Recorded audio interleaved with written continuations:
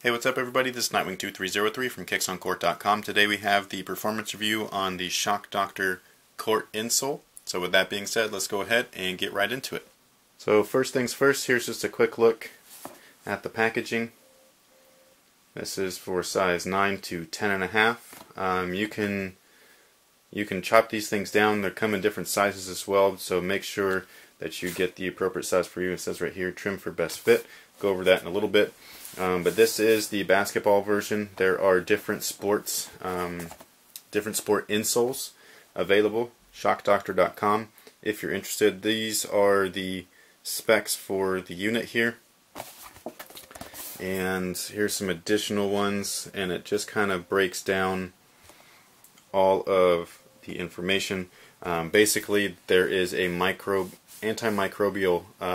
top coat, which is basically the fabric layer on top.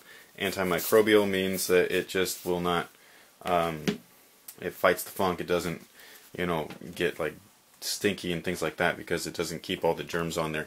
And the orange layer is the actual cushion.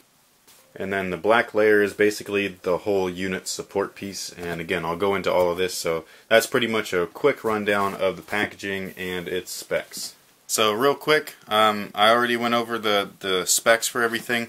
Again, this is the top coat, antimicrobial. The middle layer is all of the orange that you see. And that is their cushioned foam.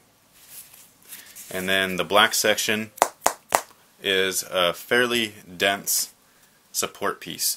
When you first start wearing this thing, it is pretty stiff. The foam isn't stiff. It's this support piece that you got to get used to. It's got a little bit of spring to it.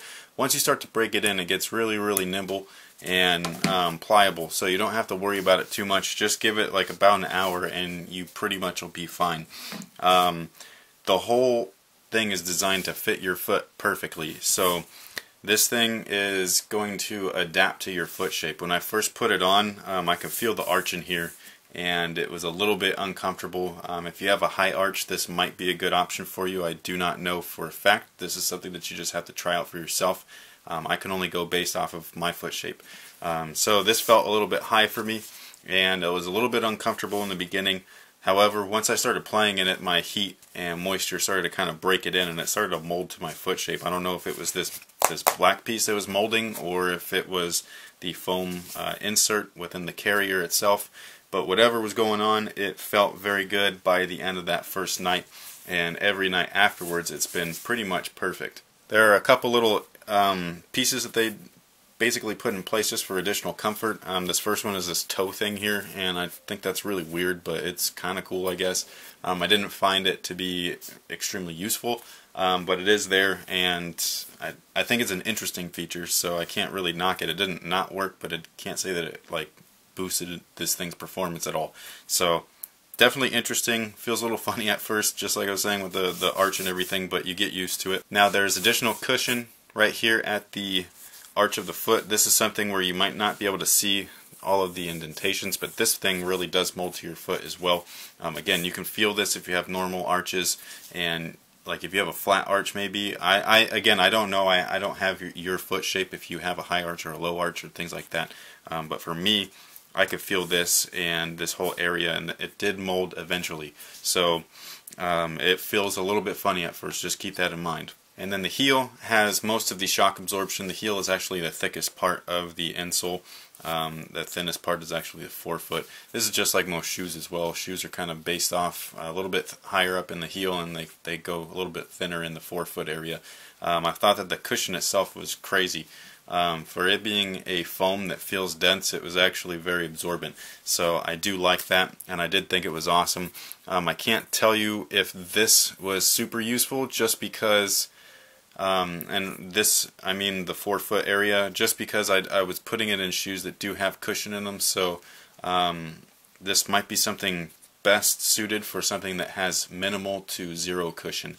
So if you have like a cheap pair of shoes that maybe has only a heel air unit or something, I don't know, this might be a very good option for you.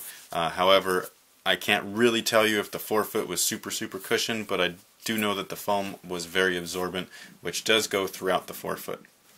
Something that I do think is very important is that this should probably be used for mid-top to high-top models.